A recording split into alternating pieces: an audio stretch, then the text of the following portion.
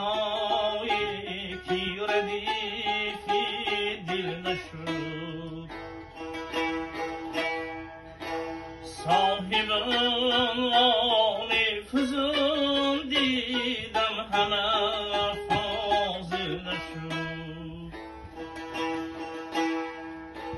زندگی گر استادی موتی به پرده از شاگردان یک مکتب همه آفل شد.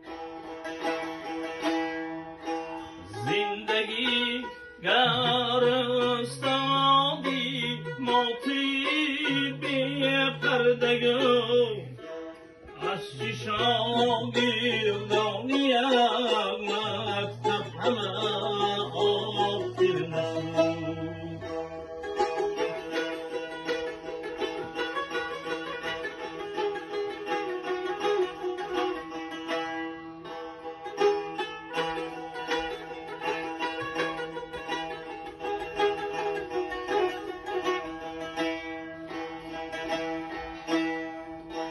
عاشق اندر سری پیمان ز دنیا بگذرد.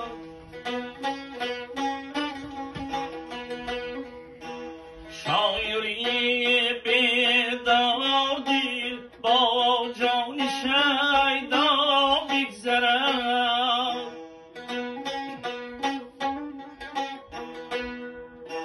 زندگی گر رهبری مایی چرا تر دامنی های تر ناکرده از گردابی دریا بگذرد.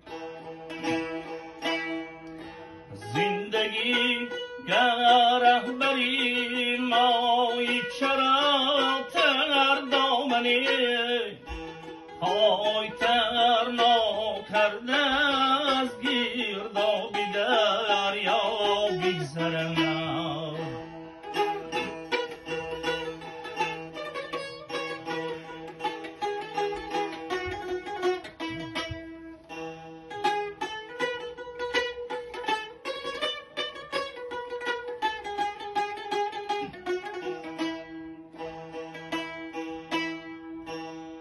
چاپلوسی ناجامرد قسم ها بشکند. نشکند ترفی کنم اما دلی ما بشکند.